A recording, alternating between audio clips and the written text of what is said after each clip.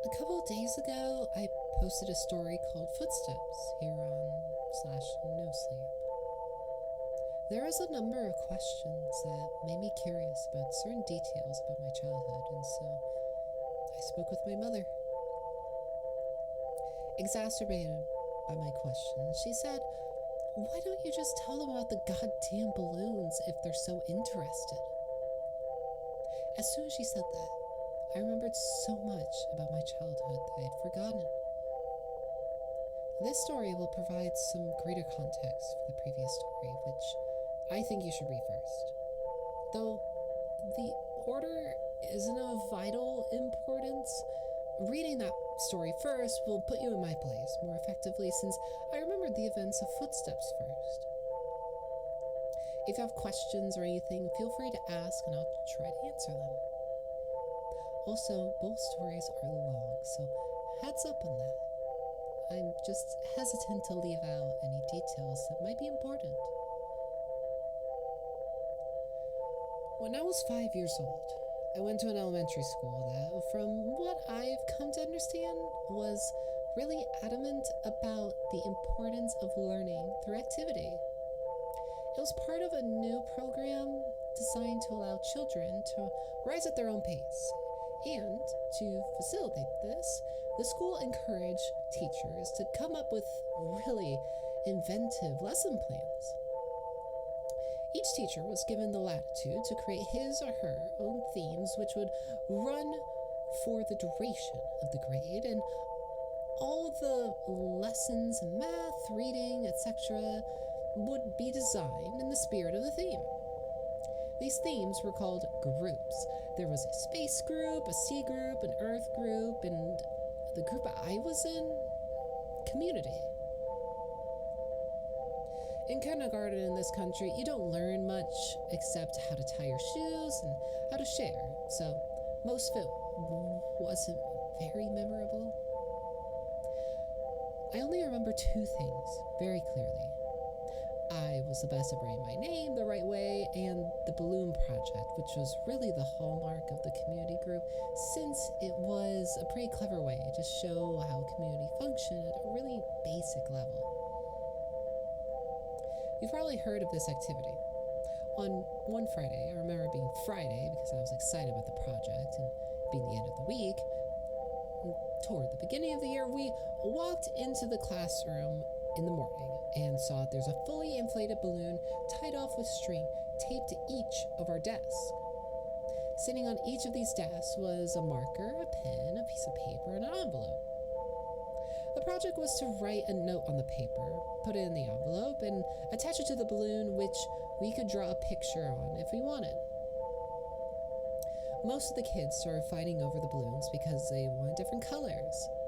But I started on my note, which I had thought about a lot. All the notes had to follow a loose structure, but we were allowed to be creative within those boundaries. My note was something like this. "Hi, you found my balloon.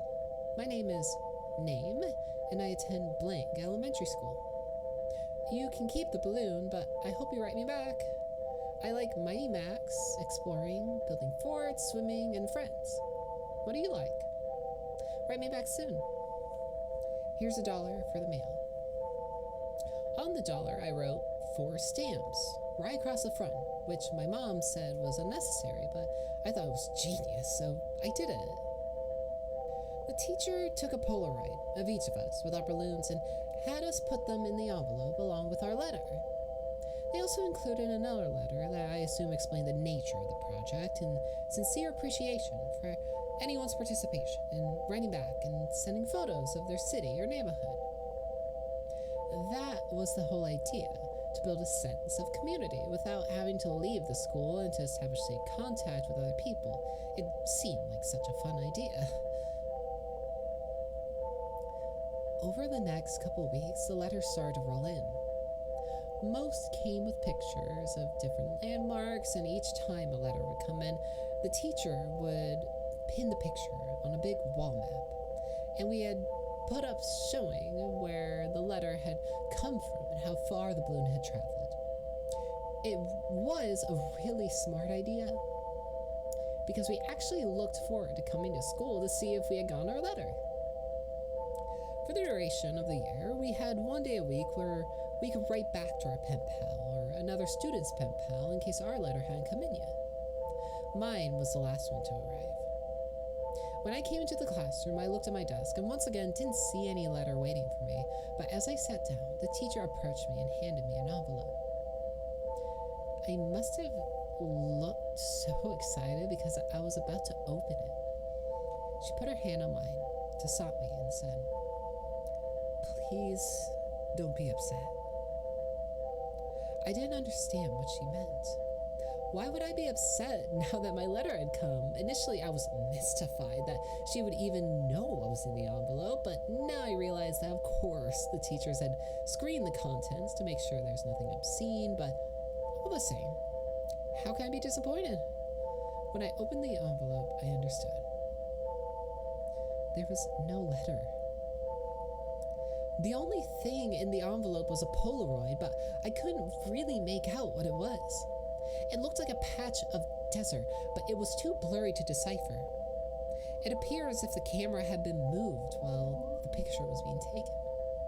There was no return address, so I couldn't even write back if I wanted to. I was crushed. The school year pressed on, and the letters had stopped coming for nearly all the other students. After all, you can only continue a written correspondence with a kindergartner for so long. Everyone, including myself, had lost interest in the letters almost completely. Then I got another envelope.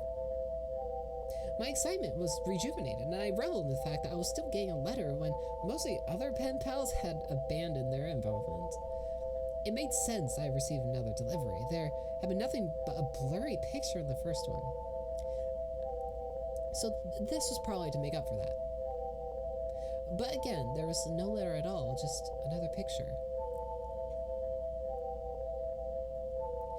This one was more distinguishable, but I still didn't understand it. The photograph was angled way up, catching the top corner of the building, and the rest of the image was distorted by a lens flare from the sun. Because the balloons didn't travel very far, and because they were all launched on the same day, the board became a bit cluttered. And so the policy for the students still exchanging letters became that they could take the photographs home. My best friend Josh had the second highest number of pictures taken home by the end of the year. His pen pal was really cooperative and sent pictures from all around the neighboring city. Josh took home, I think, 4 pictures. I took home nearly 50.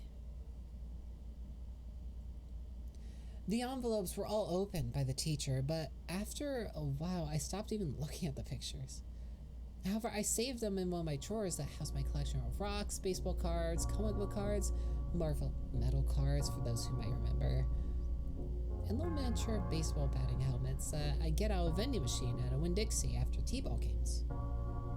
With the school year over, my attention turned to other things.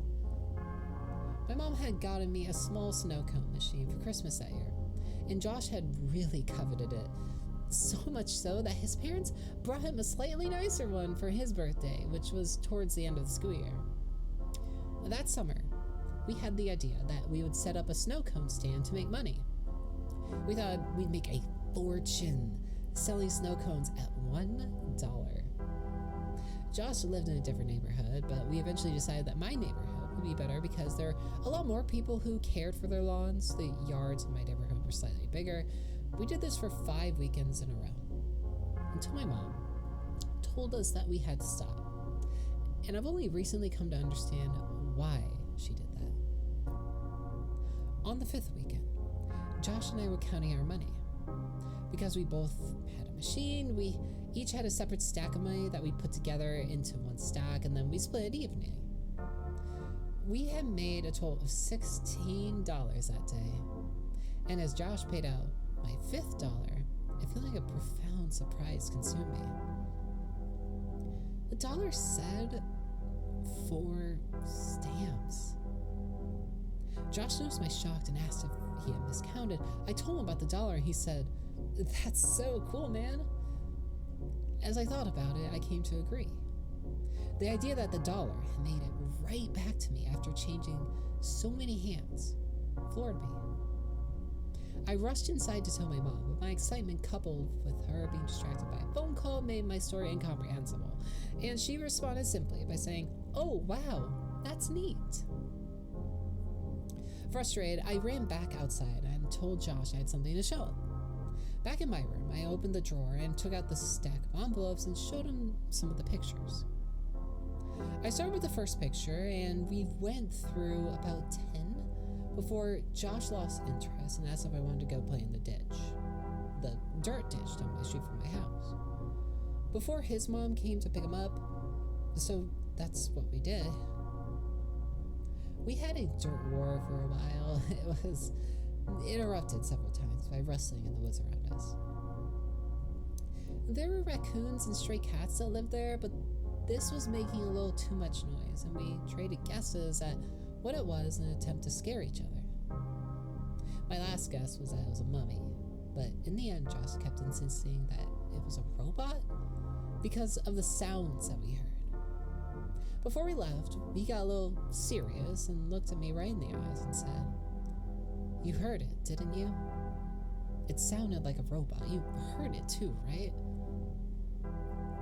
I had heard it, and since it sounded mechanical, I agreed that it was probably a robot. It's only now that I understand what we heard.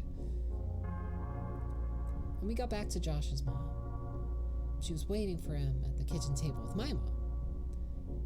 Josh told his mom about the robot. Our moms laughed, and Josh went home. My mom and I ate dinner, and then I went to bed. I didn't stay in bed for long before I crept out and decided that due to the day's events, I would revisit the envelope, since now the whole affair seemed much more interesting. I took the first envelope and set it on the floor and set the blurry desert Polaroid on top. I laid the second envelope right next to it and placed the oddly angled Polaroid of a building's top corner on top, and did this with each picture until they formed a grid that was about 5 by 10. I was always taught to be careful with things that I was collecting, even if I wasn't sure if they were valuable. I noticed that the pictures gradually became more decipherable. There was a tree with a bird in it, a speed limit sign, a power line, a group of people walking into the same building. And then I saw something that vexed me so powerfully that I can now, as I write this, distinctly remember feeling dizzy, incapable of only a single repeating thought. Why am I in this picture? In this photograph of the group of people entering the building, I saw myself holding hands with my mother in the very back of the crowd of people. We were at the very edge of the photo, but it was undeniably us. And as my eyes swarm over the sea of Polaroids, I became increasingly anxious. It was a really odd feeling. It wasn't fear, it was the feeling you get when you are in trouble. I'm not sure why I was flooded with that feeling, but there I sat, floundering in the distinct sense that I had done something wrong. And this feeling only intensified as I look at the rest of the photos after the one that had so powerfully struck me. I was in every photo.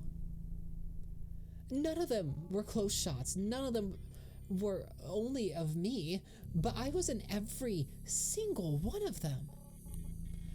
Off to the side, in the back, at the bottom of the frame, and some of them had only the tiniest part of my face captured at the very edge of the photo. But nevertheless, I was there. I was always there. I didn't know what to do. Your mind works in funny ways as a kid, but there was a large part of me that was afraid of getting in trouble simply for being up. Since I already had the looming feeling of having done something wrong, I decided I would wait until tomorrow. The next day, my mom was off to work and spent most of the morning cleaning up around the house.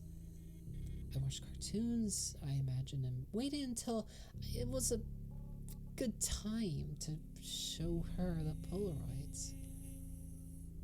When she got out to get the mail, I grabbed a couple of the pictures and put them on the table in front of me as I sat waiting for her to come back. When she returned, she was only opening the mail when she threw down some junk mail into the trash can. Then I said, "Mom, can you come here a second? I have these pictures. Just give me a minute, honey. I need to mark these on my calendar." After a minute or two, she came and stood behind me and asked me what I needed. I could hear her shuffling with the mail behind me, but I just looked at the Polaroids and told her about them. As I explained more and pointed to the pictures, her frequent ahas and okays decreased, and she was suddenly completely quiet and only making a low noise with the mail. The next noise that I heard from her sounded as if she was trying to catch her breath in a room that had no air left in it. At last, her struggling grasps were conquered, and she simply dropped the remaining mail on the table and ran to the kitchen to get the phone. "Mom, I'm sorry. I didn't know about these. Don't be mad at me." With the phone pressed to her ear, she was walking/running back and forth and shouting into it. I nervously fiddled with the mail sitting next to my Polaroids. The top envelope had something sticking out of it that I thoughtlessly and anxiously pulled on till it came out. It was another Polaroid. Confused, I thought that somehow one of my Polaroids had slipped into the stack when she threw the mail down, but when I turned it over and looked at it, I realized that I had not seen this one before. To my dismay, it was me, but this one was a much closer shot. I was surrounded by trees and was smiling. But it wasn't just me. I noticed Josh was there too. This was us from yesterday. I started yelling for my mom, who was still screaming into the phone. I repeatedly yelled for her until she finally responded with, "What?" And I could only think to ask, "Who are you calling?" "I'm talking with the police, honey." "But why? I'm sorry. I didn't mean to do anything." She answered me with a response I never understood until I was forced to revisit these events from the earliest years of my life. She grabbed the envelope off the table, and the picture of Josh and I spun and slid, just landing next to the other Polaroids in front of me. She held the envelope up to my eyes, but I could only look at her and watch as all the color began draining out of her face.